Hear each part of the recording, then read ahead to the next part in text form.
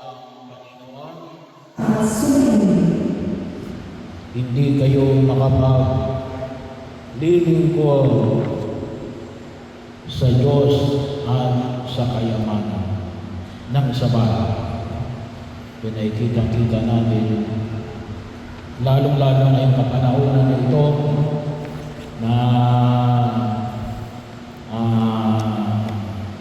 lalong-lalo na sa iskandalo na dulot ng mga flood control projects ng gobyerno. Nakita natin malalaking halaga. Hindi lamang libo, hindi lamang milyon, hindi lamang milyon.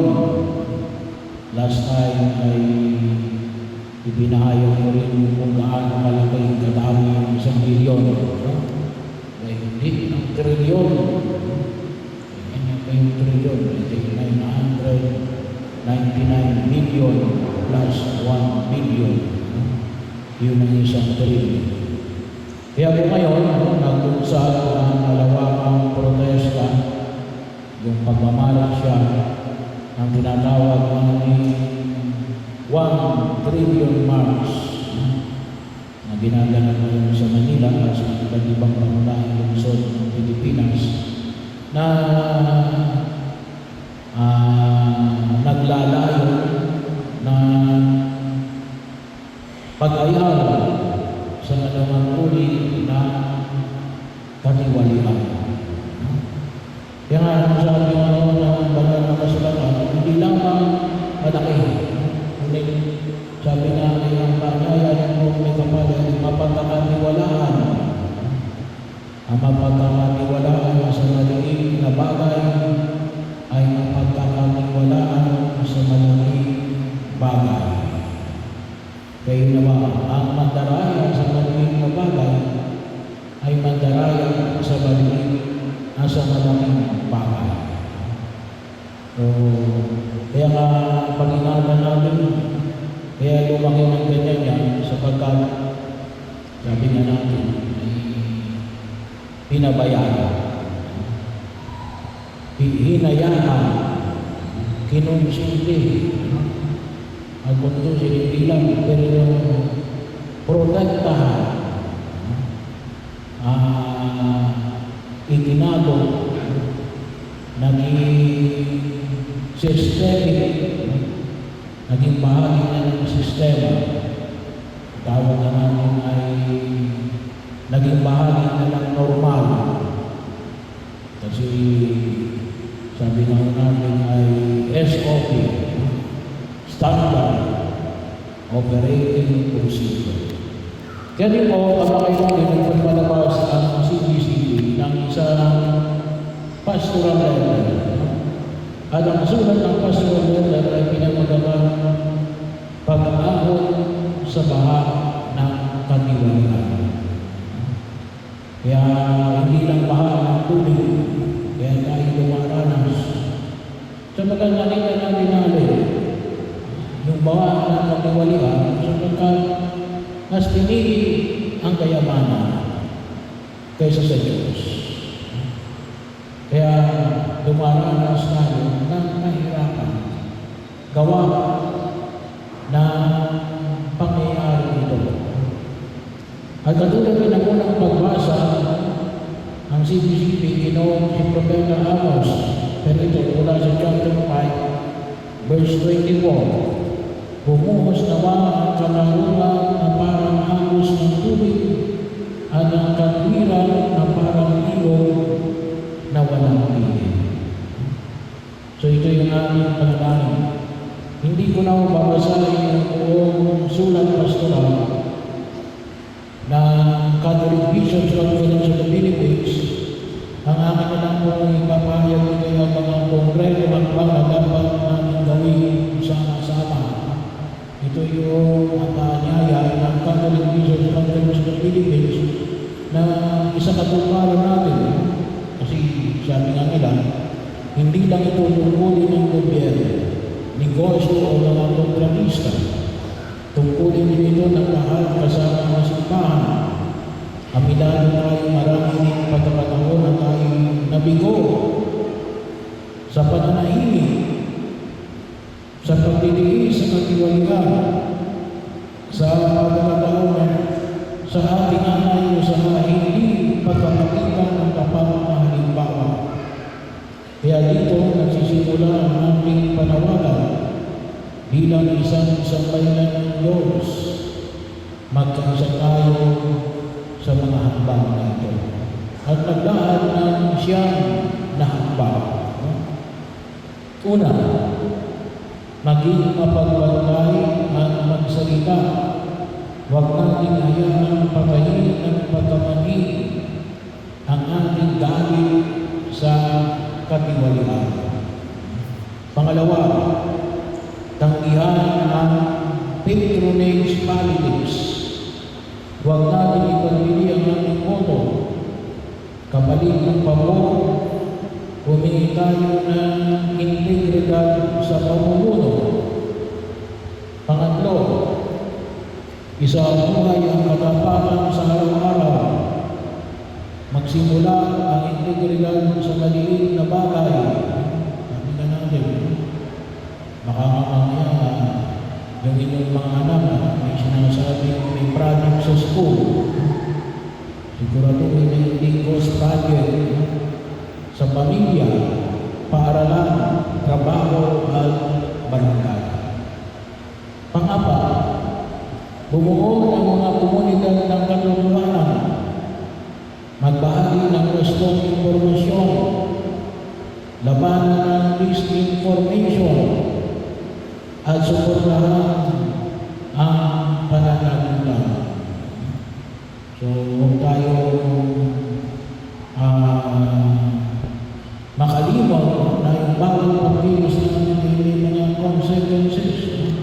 Kaya yun yung isa sa mga epekto ng pagkaunawa namin ng purgatorio. Panglima, sumali sa mga inisyatibong sindiko at simbahan, makinahon sa mga kilusan para sa mabuting pamamahala, hustisyang pang-ekolohiya. Ang pinag-usapan natin ang ecological justice, isisigil ko na rin no? Yung sulat, kasi tayo magkakagaya na isang signature campaign. Ito po, no? Ipapipirman sa inyo mamaya si Brother Reyes. Kasi ito po ay sulat kay Honorable Son Aragones, ang Governor ng Laguna, sa ganon din sa mga Honorable Congresswomen and Congressmen, Party List Representative for Environmental Protection and Representative for the Province of Laguna. Subject, appeal for the protection of creation and opposition of the Ahunan Hydropower Plant Project. So, hayaan yung basahin ko kasi para malaman naman ninyo kung ano yung inyong pinipirmahan. Ito'y paanyaya. Your Honors, with deep respect and sincere concern for our beloved province of Laguna, we, your constituents and stewards of creation, humbly write to you to appeal for your leadership in safeguarding our common home. The proposed Ahunan Hydropower Dam proposes serious threats to our environment, biodiversity, and communities. Independent studies and local testimonies have raised great concern. Deforestation of watershed areas, disruption of fragile ecosystems, loss of livelihood for indigenous peoples and farmers, and increased risk of flooding and landslide. Such destruction cannot be outweighed by temporary economic gains. As public servants entrusted with the welfare of your people, you have the second duty to uphold the integrity of creation and protect the land and waters that sustain us. Pope Francis in Laudato Si reminds us that the cry of the earth and the cry of the poor are one and the same. To ignore the ecological devastation caused by the destructive projects is to compromise not only our present but also the future of generations to come. We believe that true progress must be rooted in sustainable development, one that respects the balance of nature and upholds the dignity of human communities. Renewable energy is vital, but it should not come at the expense of the forests, rivers, and lives of our people. We strongly encourage the pursuit of alternative community-based renewable energy solutions that do not endanger our ecosystem.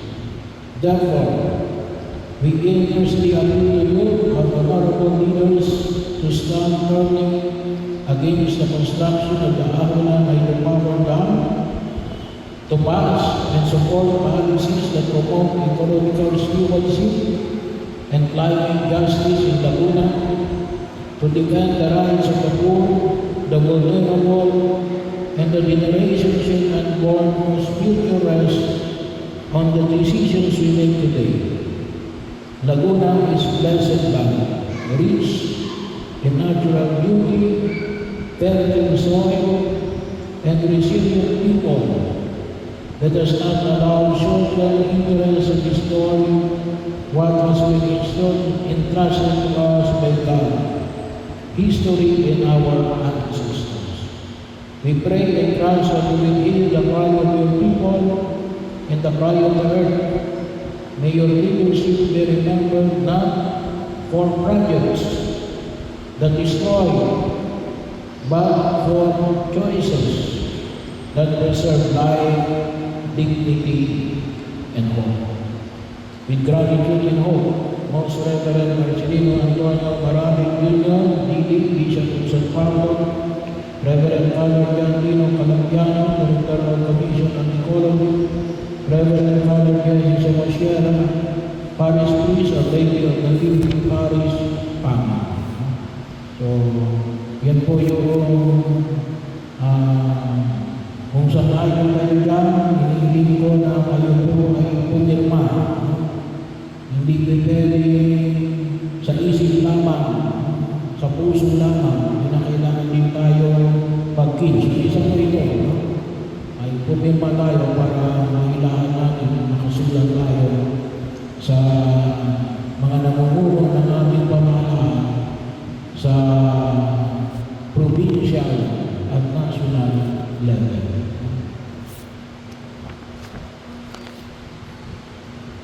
Kaakibat ng ito yung alin, pagpapagong panlipunan.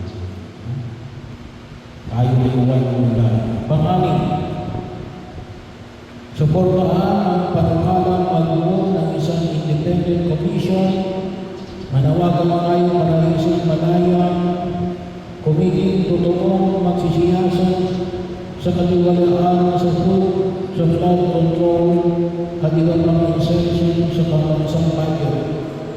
Pang-pito, hilingin ang justisya, hindi ang paggawalang bahala sa batas.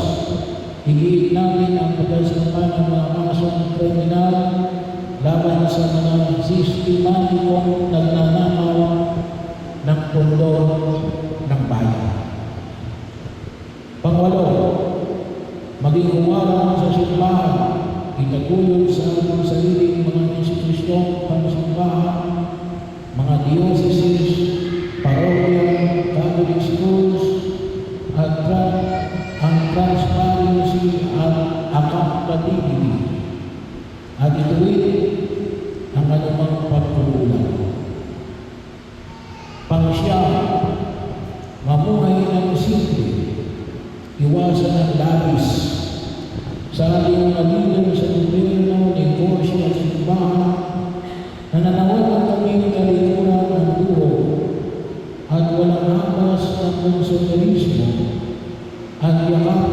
simpleng pamumuhay at pakikisa sa mahihirap. So ito po ay siyang na konkretong hakbang na ipinahayag ng CPCP. Nawa ko ay maging gabay din namin, lalo-lalo na sa usapin na ito, para matulungan tayo na piliin ang higit na pagmamahal sa Diyos kaysa anumang uri